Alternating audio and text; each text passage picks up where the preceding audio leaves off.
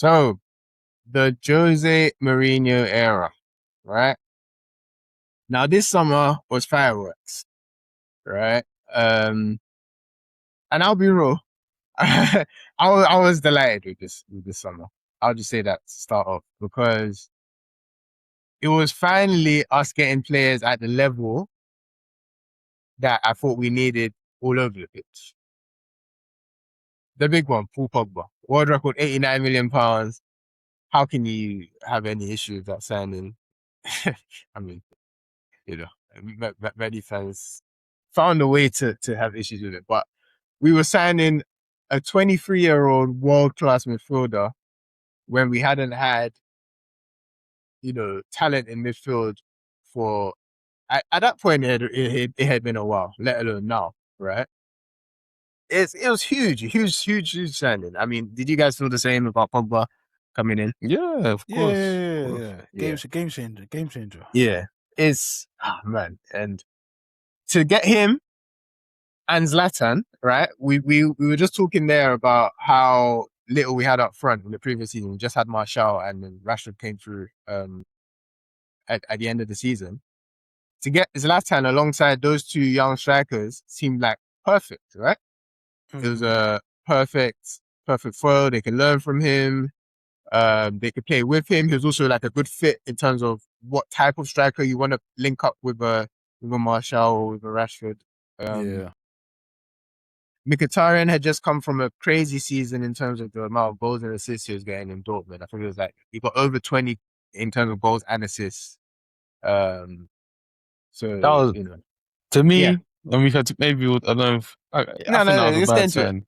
Okay, so this is interesting because I mentioned Van Gaal. We don't know what he would have done if he had been given this backing right in a transfer window, and he probably would have done a lot of different things to what Jose decided to do. He wouldn't have signed Ibrahimovic, and he wouldn't have signed Paul Pogba. I think so. Yes. Yeah. He's not signing those guys at all. 100%. I don't know about Pogba, like, because Pogba, everybody loved him so much, right? Like at that point, his rep at that point, I felt like every team wanted him. It was just the price, really. Okay, Pogba, yes. Pogba, yes, but I don't think he would have signed Zlatan. Zlatan is not. I don't think Zlatan was his kind of guy. Maybe as age, like the age, and maybe character clash as well. Like, but yeah, that's definitely possible. But I do remember we were heavily linked with Sadio Mane that summer leading in, and I think that's who we would have gone for instead of Mkhitaryan, right? So looking at that, Charlie, I mean, you're definitely right. Like it wasn't a good signing. If we had the choice to go back and decide Mkhitaryan or Sadio Mane, I'm pretty sure only a madman would choose Mkhitaryan, right? So like Mkhitaryan, good player, but like for what we needed, we already had Mata and Lingard like in that same role. We needed someone to play on the. You need a proper winger to play on the right, so that Mata can play in the middle, Lingard can play in the middle. That's a great point. Let's look at the squad there. I just mentioned we also signed Bailly and we sold the Depay. He was only there for a year, right? So for 2 years, the Depay. He was there for 2 years actually. But yeah, you're right. Like, why sign Mkhitaryan? Look, this is it. We had the chance right there, that summer. Sign a right winger, and Mata gets to play in his best position. Surely it's right. Surely it's just common sense. It's the same thing that these scouts do and these clubs do. They don't do their due diligence. They just see, he played a lot of games on the wing, can play on the wing. There you go. It's problem solved. Rather than actually looking at their profile and what they offer on the pitch, they just look on paper. Yeah, exactly. And that's the problem when you make all your judgments based on goals and assists, right? And you don't consider the exact profile of a player, how that profile is going to fit with your existing players, what you need, what's missing in your squad. Yeah, all of that is way more important than goals and assists. All of that is going to determine your success a lot more than individual goals and assist numbers from each player. Because I think sometimes when a fan that maybe just starts watching football and you hear people talking about goals and assists and you think, okay, well, this Ibrahimovic guy might get 30 goals and assists, and Mato might get 30 goals and assists when he plays for Chelsea. Martial can get a lot of goals and assists. Mkhitaryan, and so, oh wow, we're gonna get like 200 goals and assists from these guys. That's how it works, right? And no, it's not like that. It's not just like, oh, this person got goals and assists here, so they're gonna get goals and assists here, and that means they were the key person, they were the key player in that team when they got the most goals and assists. No, so much goes into who ends up getting the goal, the final touch in an action. It's why you see certain strikers one season score 3 goals and then the next season they score 19 goals.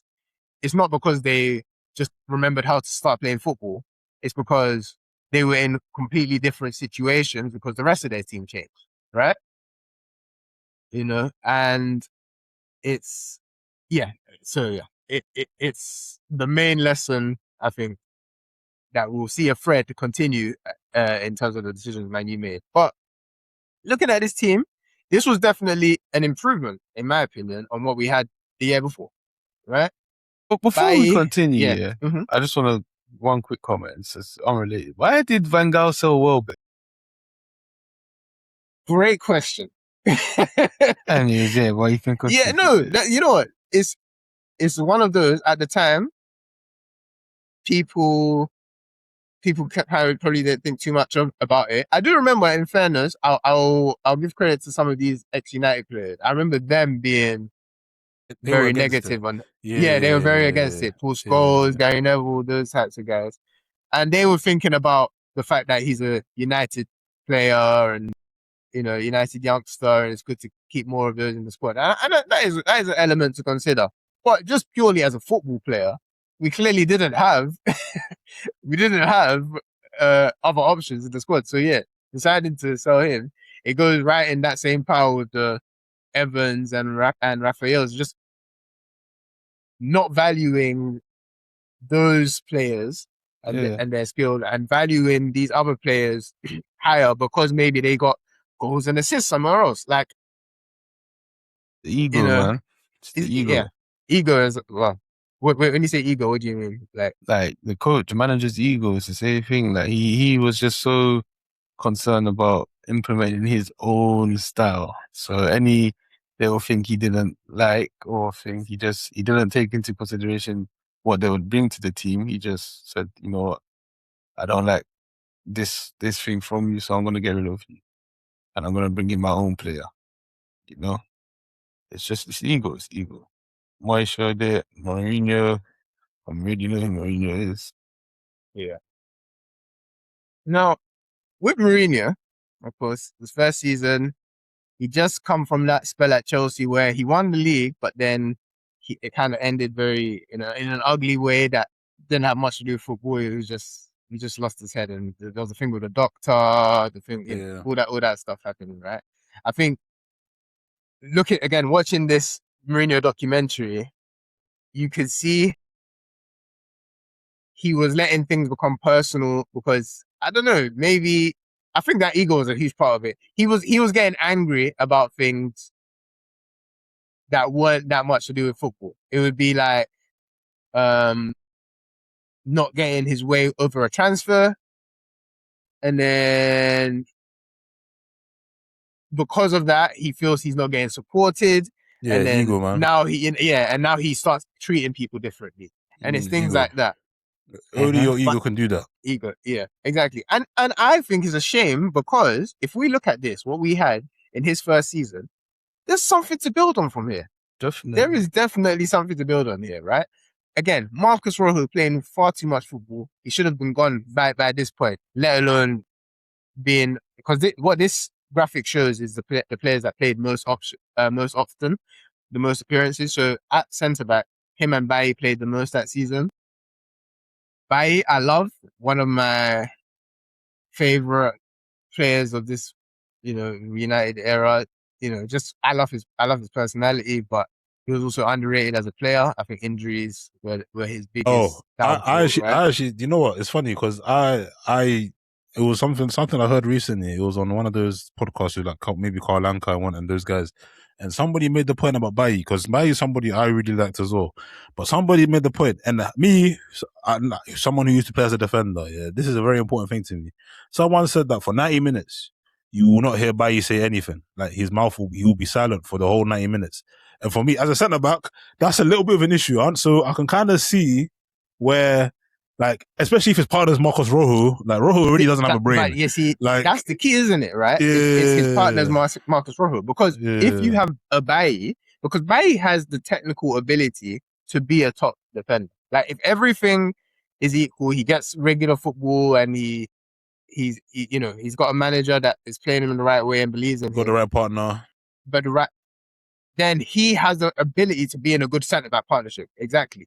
But his partner would probably need to be that type of guy, maybe who's vocal, who has the skill set that complements him, because obviously he was a very he defended as an optimist. That's what I would say about Eric Bailly, right? He's thinking about what's possible here. And that helps the team so much when it goes right. He'll obviously have these certain moments where it goes wrong, but I don't mind that at the highest level, because you want that rather than defenders that are going to hide, right? And not just defenders, any position. You don't want players that are going to hide when you're a team that's supposed to be at the top of the league dominating. And Marcus Rojo is a funny one. I don't want to seem like I'm just picking on him too much, but because he's the one where he would fly into tackles and stuff, but he's not taking responsibility. He's not doing anything extraordinary for me to think it's worth it. But I think a Bailly next to a leader type that's more vocal. Johnny Evans. Johnny Evans, I mean, yeah, for sure.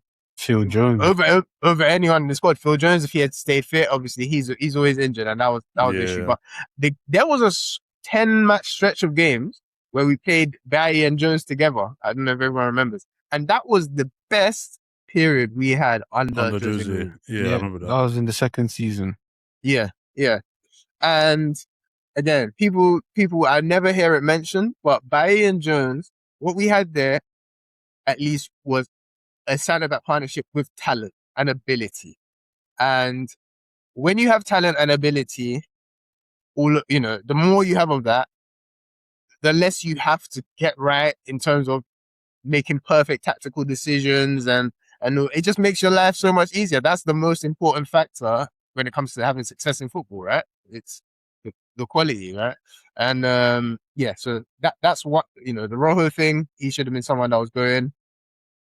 Herrera, again, mentioned him before, but still, that's one of the weak points when you look at the squad, right? You guys agree? Yeah. Yeah, but it's small changes at this point, right? It's you improve on Rojo, get a top leader as a centre back, right?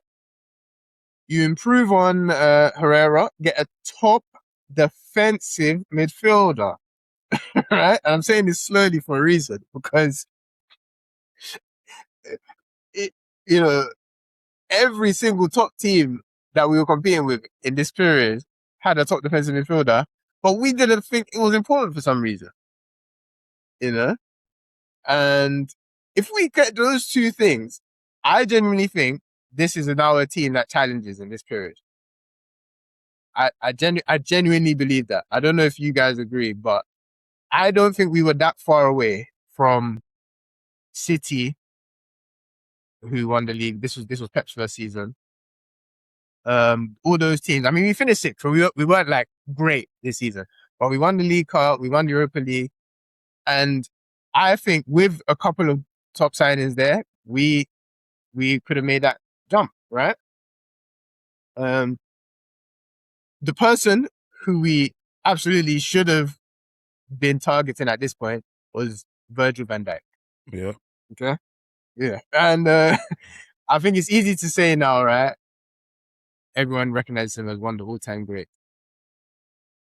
But we were linked with him at the time, and I just think we didn't really think it was worth it this summer. If you remember, I think it was coming to the end of Jose's first season.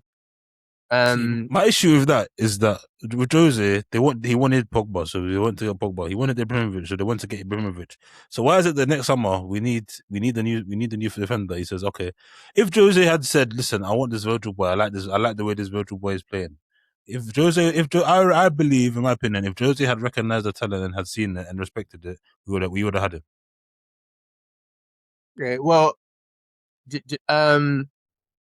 you don't know, right? Because he was a lot of money. It was a world record for a defender at the time. And let's not act like, oh, people weren't going, that's a crazy amount for Liverpool to be spending. Because in fact, remember, Liverpool got him in January because they wouldn't pay that the price they were asking for in the summer.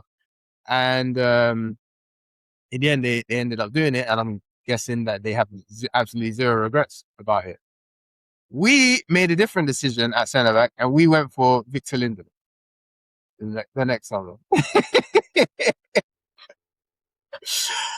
And that right there is one of the sliding door moments in the history of Manchester United, I believe. Yeah.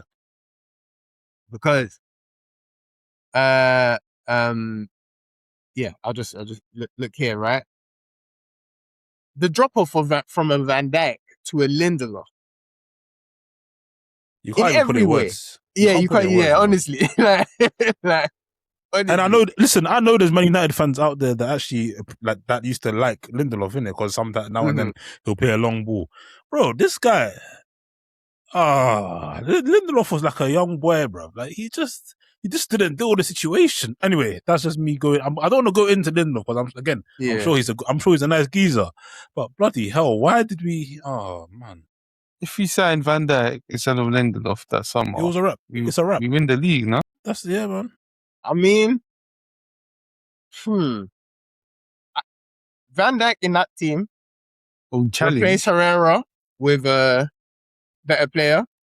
I think at least we're challenging. Matic. At least. Well, yeah, Matic in that summer, right? Oh, you're right. Yeah. Oh my gosh. Yeah. Oh my gosh. Yeah. Yeah, Matic and Van Dijk. Yeah, I think so. I think I agree with you. We challenge at least. Yeah, at the very least. I need to ask. I need to one day walk into meet Jose Mourinho and ask him about that summer. Like if it was him who wanted to sign Lindelof instead of Van Dijk, or if he'll just lie to you. He'll just lie to you, bro. He'll just lie to you. No accountability. No accountability. He strikes me as that kind of guy. That documentary. He's not going to be honest about it. Yeah. If it works, it was him. If it didn't work, it wasn't him. Yeah, exactly. Absolutely.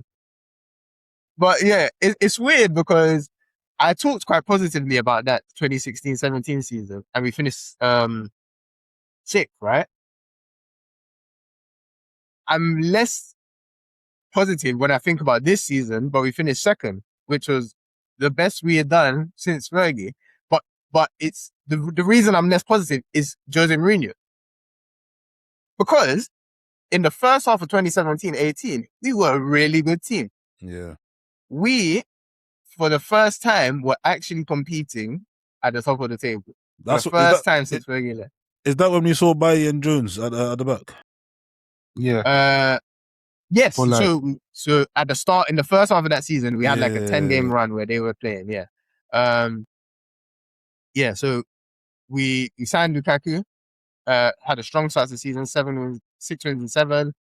And our lineup is pretty much this in that first half of the season, okay? But as you said, Bailly and Jones started the season, and Smalling and Lindelof ended the season. They had the second half of the season. And yes, no, we're getting onto it. The fact we switched both Bailly and Jones, I never quite understood what it was. It's like Jose kind of fell out of love with those two. No. It's not that. You know what it is, Casey. When you sign a player, like I don't know if it's to do the coaches mainly or if it's pressure from the top. When you sign a player and you give them the role as regular starter, they are gonna be down as regular starter. So Lindelof, he was out. I'm assuming it was because of injury. So he was always gonna come straight back into the team. You know, it doesn't matter how well we're playing. They're in their heads. Lindelof is the starter. Lindelof is better than them because we signed him to be a starter, right? They're not looking at. They don't really look at what's going on the pitch. So Lindelof was always going to come in, and yeah, look what happened. You're right. You're so right there, because that's the thing. You as a manager, once you make that call, you have to back your call, right? Otherwise, it looks really bad on you. And I think that cost us so much. That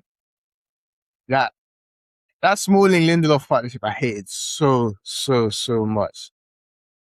Because Chris Smalling wasn't the best on the ball, right? He was great physically. He's quite good in the air. He was kind of quick at his peak. But it just he just wasn't a top defender. He just wasn't. He was missing something that would help you be a top defender. But Lindelof was annoying me because he was the type of guy who, on paper, should be like a ball playing centre back, right? Because he's not the most physical. I guess certain defensive deficiencies are just clear. So you kind of think, oh, okay, he's going to make up for it by being like amazing on the ball. But he wasn't. No. He was okay on the ball. He was like, he do those floated long balls here and there, but nothing special at all. He wasn't good in the air. Can drive into space a bit sometimes. Yeah. And that just shows the turn. Yeah, pretty much. And that just shows how big an impact one signing can be in terms of like the history. Because again, don't want to blame him, but if you have Van Dijk there, and then you got Matic and Pogba ahead, Martial's having a great start to the season. That first half of the season, he was amazing. Lukaku, people talk about him like he was a flop at United. 27 goals that season. Right? It's one of the most racism. Yeah. It's straight up, yeah. You think that's what it is? Let's get into this. Yeah. Come on, he's one of Europe's greatest strikers. Yeah, he doesn't get respected, man. Like a lot of fans just. Yeah, this was the era where he'd have a bad game, and then you get the memes where he's wearing Timberlands. Yeah, and it says a lot, right? It says a lot there because what people are referring to is how he would run. This is like is how he runs. Sometimes his first touch in certain things, and a lot of that has nothing to do with how good he is as a football player. But yeah, I agree, because I think if someone, with better, white mechanics and, like in their game, they didn't have anything that looked a bit off to the average, British fan. I think they get a lot more support for having the exact same season Lukaku has in that first season, right? But yeah, we have Martial having a good season, Lukaku scoring goals, Rashford's playing well in this time. He's not even a starter, but he's coming in and he's playing well. If you remember, he's coming off the left, he's playing well. Again, loads of reasons to be positive. Mata, this has him at number 10, but it was more Lingard playing number 10 than Mata, and Mata was still on the right. But Lingard was playing, he was a decent squad player. He could have his role. Valencia and Young, Jose managed to get a tune out of them as well, as fullbacks. So much is there. De Gea, we haven't even mentioned De Gea, but in this period, leading up to this period, De Gea is the best player at the club, right? In fact, when I asked that question previously, who's Man U's best player, he's winning player of the season every year, right? Yeah. And that's not a great sign that your keeper's winning player of the year every year. But he was really good. He was amazing. But the question is, looking at this squad, and yeah, we mentioned the centre back issues. How did it all fall apart? because it looks like we're on an upward trajectory, right? At this point, there's one man. That's one man responsible for it, and that's Jose Mourinho. Because in January, he makes the decision to replace Martial with Alexis Sanchez.